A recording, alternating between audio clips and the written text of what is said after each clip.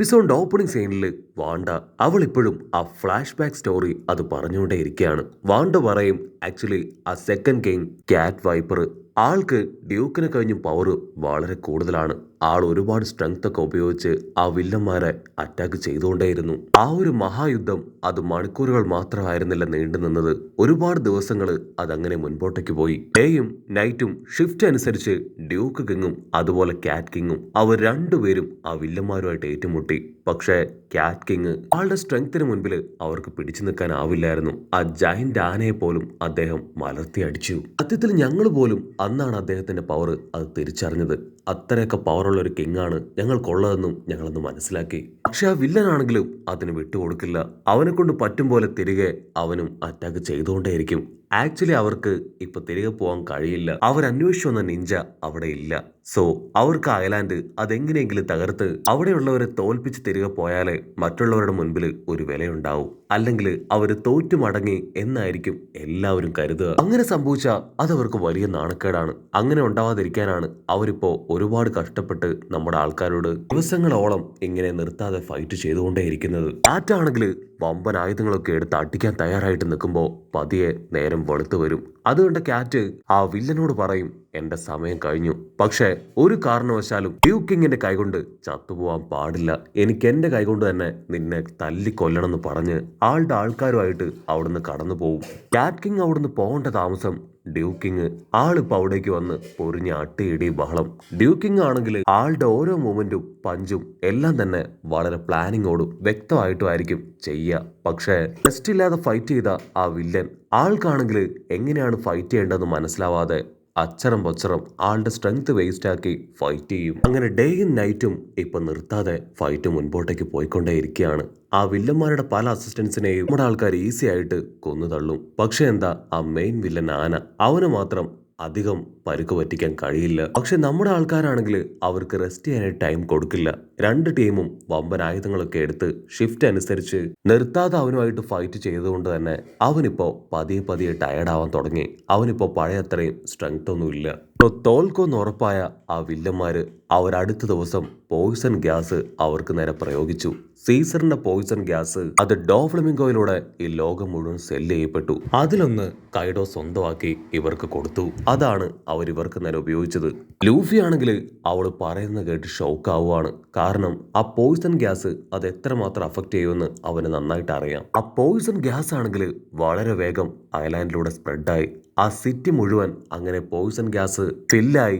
അവിടെ ഉണ്ടായിരുന്ന ജനങ്ങളെല്ലാം അൺകോൺഷ്യസ് ആയി താഴേക്ക് വീണു. മാത്രമല്ല ആ വില്ലന്മാർക്കാണെങ്കിൽ ഇപ്പൊ ഫൈറ്റ് ചെയ്യാനും നമ്മുടെ ആൾക്കാരെ തോൽപ്പിക്കാനും വളരെ എളുപ്പമായി മാറി.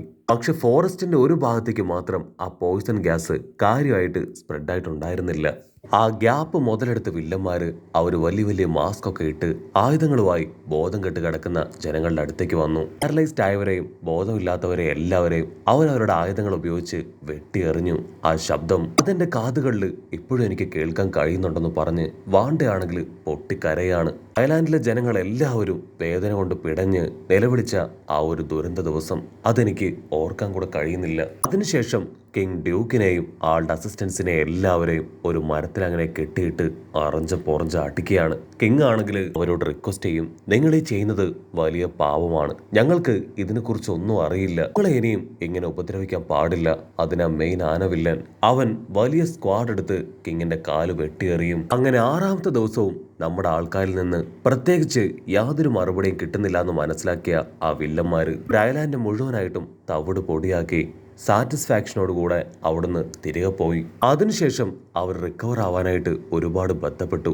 അപ്പോഴാണ് ഡോഫ്ലമിംഗോയുടെ തകർച്ചയെക്കുറിച്ചുള്ള കാര്യം അതറിഞ്ഞത്.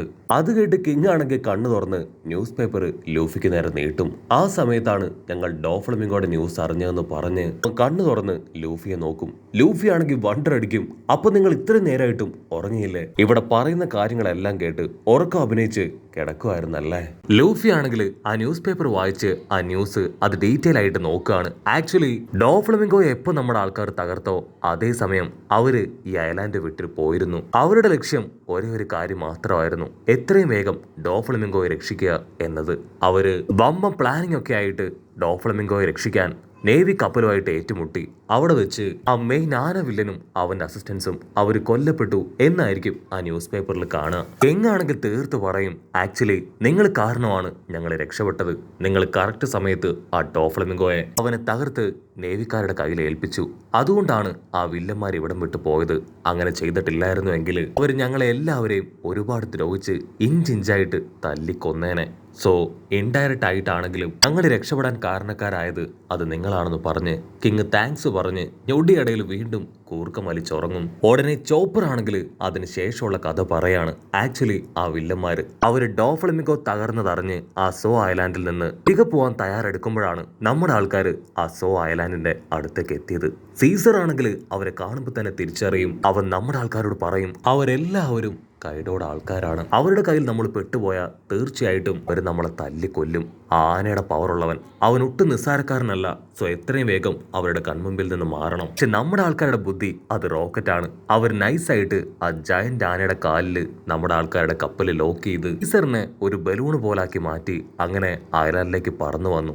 നമ്മുടെ ആൾക്കാർ വളരെ കുറവായതുകൊണ്ടും വെയിറ്റ് താരതമ്യേന കമ്മി ആയതുകൊണ്ടും തന്നെ വളരെ സിമ്പിളായിട്ട് സീസറിന് അവരെ മുകളിലെത്തിക്കാൻ കഴിഞ്ഞു. പക്ഷേ മുകളിലെത്തിയപ്പോൾ അവർ കണ്ട കാഴ്ച അത് വളരെ ഭയാനകമായിരുന്നു. അവിടെയുള്ള ഗേറ്റ് ഒക്കെ ആരൊക്കെയോ ചേർന്ന് തല്ലി തകർത്ത് അയർലാൻഡ് മുഴുവനായിട്ടും നശിപ്പിച്ചു കളഞ്ഞിരിക്കുകയാണ്. അവർക്ക് ഉറപ്പാവും ഇപ്പൊ വന്നിട്ട് പോയ കൈഡോടെ ആൾക്കാര് അവർ തന്നെയായിരിക്കും ഇപ്രകാരം ചെയ്തിട്ടുണ്ടാവുക എന്ന്. ചാഞ്ചിയാണെങ്കിൽ ഇപ്പൊ ചോപ്പറിനെയും സീസറിനെയും കൂട്ടി ബാക്കിയുള്ളവരോട് അവിടെ നിൽക്കാൻ പറഞ്ഞ് അയർലാൻഡിന്റെ അകത്തേക്ക് പോവാണ്.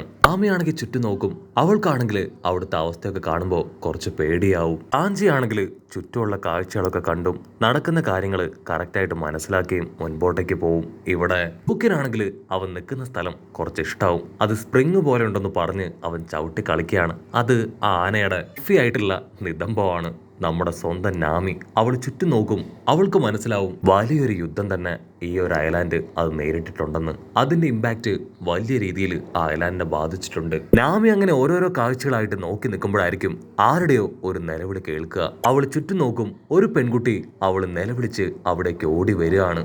അവളുടെ തൊട്ടു പിന്നാലെ ആട്ടും തലയുള്ള ആ ഒരു വില്ലൻ. അവൻ അവളെ പിടിക്കാനായിട്ട് അങ്ങനെ തൊട്ടടുത്തേക്ക് എത്തും. ആ പെൺകുട്ടിയുടെ നിസ്സഹായ അവസ്ഥ കണ്ട് ബ്രൂക്കാണെങ്കിൽ അവളെ സഹായിക്കാൻ ആ വില്ലന്മാരുടെ മുൻപിലേക്ക് വരും. കൊമ്പം വില്ലനും വില്ലത്തെയും അവർ രണ്ടുപേരും ആ മുതലെ കീഴടക്കി അതിന്റെ മുതുകിലിരുന്നാണ് അവിടേക്ക് വരിക. ബ്രൂക്കിനെ കാണേണ്ട താമസം അവറ്റകൾ അറ്റാക്ക് ചെയ്യാനായിട്ട് പാഞ്ഞടുക്കും.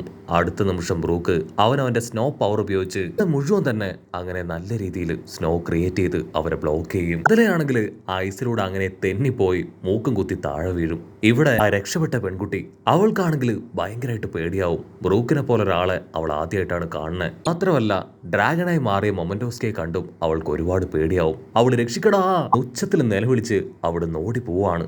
നാമിയാണെങ്കിൽ അവളെ വിളിച്ച് ആശ്വസിപ്പിക്കാനായിട്ട് ശ്രമിക്കും. പക്ഷെ അവളാണെങ്കിൽ അപ്പോഴേക്കും 1 കിലോമീറ്റർ ഓടിക്കഴിഞ്ഞു. നാമിയാണെങ്കിൽ അവളുടെ പിന്നാലെ ഓടുകയാണ്. അതേസമയം മുതലയുടെ പുറത്തുനിന്ന് താഴെ വീണ ആ 2 വില്ലന്മാര് അവരാണെങ്കിൽ പല്ലൊക്കെ കടിച്ച് അങ്ങനെ ഫുൾ കലിപ്പിൽ നിൽക്കുകയാണ്.